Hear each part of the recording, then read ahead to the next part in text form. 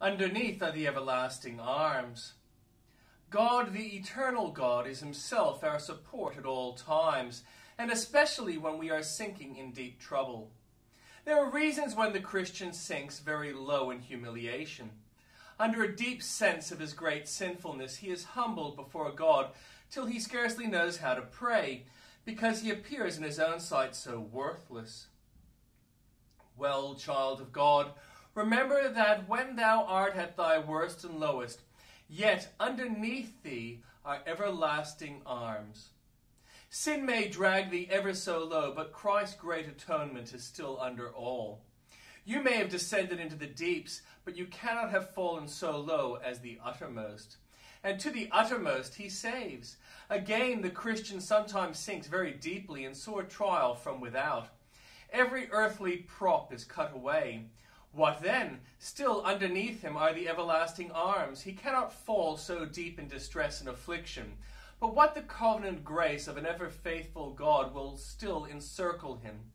The Christian may be sinking under trouble from within through fierce conflict, but even then he cannot be brought so low as to be beyond the reach of the everlasting arms.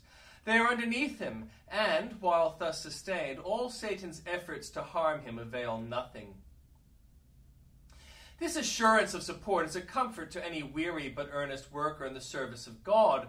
It implies a promise of strength for each day, grace for each need, and power for each duty. And further, when death comes, the promise shall still hold good. When we stand in the midst of Jordan, we shall be able to say with David, I will fear no evil, for thou art with me.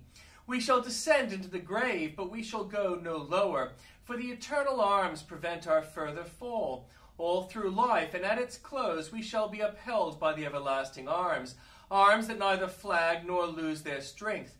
For the everlasting God fainteth not, neither is weary. He shall choose our inheritance for us. Believer, if your inheritance be a lowly one, you should be satisfied with your earthly portion, for you may rest assured that it is the fittest for you. Unerring wisdom ordained your lot, and selected for you the safest and best condition. A ship of large tonnage is to be brought up the river. Now, in one part of the stream, there is a sandbank. Should someone ask, why does the captain steer through the deep part of the channel and deviate so much from a straight line? His answer would be, because I should not get my vessel into harbor at all if I did not keep the deep channel. So it may be you would run aground and suffer shipwreck if your divine captain did not steer you into the depths of affliction where waves of trouble follow each other in quick succession. Some plants die if they have too much sunshine. It may be that you are planted where you get but little, but you are but there by the loving husbandman, because only in that situation will you bring forth fruit into perfection. Remember this, had any other condition been better for you than the one in which you are, divine love would have put you there. You are placed by God in the most suitable circumstances, and if you had the choosing of your lot, you would soon cry, Lord, choose my inheritance for me, for by my self-will I am pierced through with many sorrows. Be content with such things as you have, since the Lord has ordered all things for your good.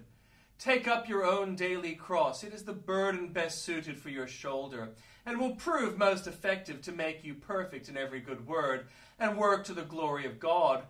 Down, busy self, and proud impatience. It is not for you to choose, but for the Lord of love. Trials must and will befall, but with humble faith to see love inscribed upon them all. This is happiness to me.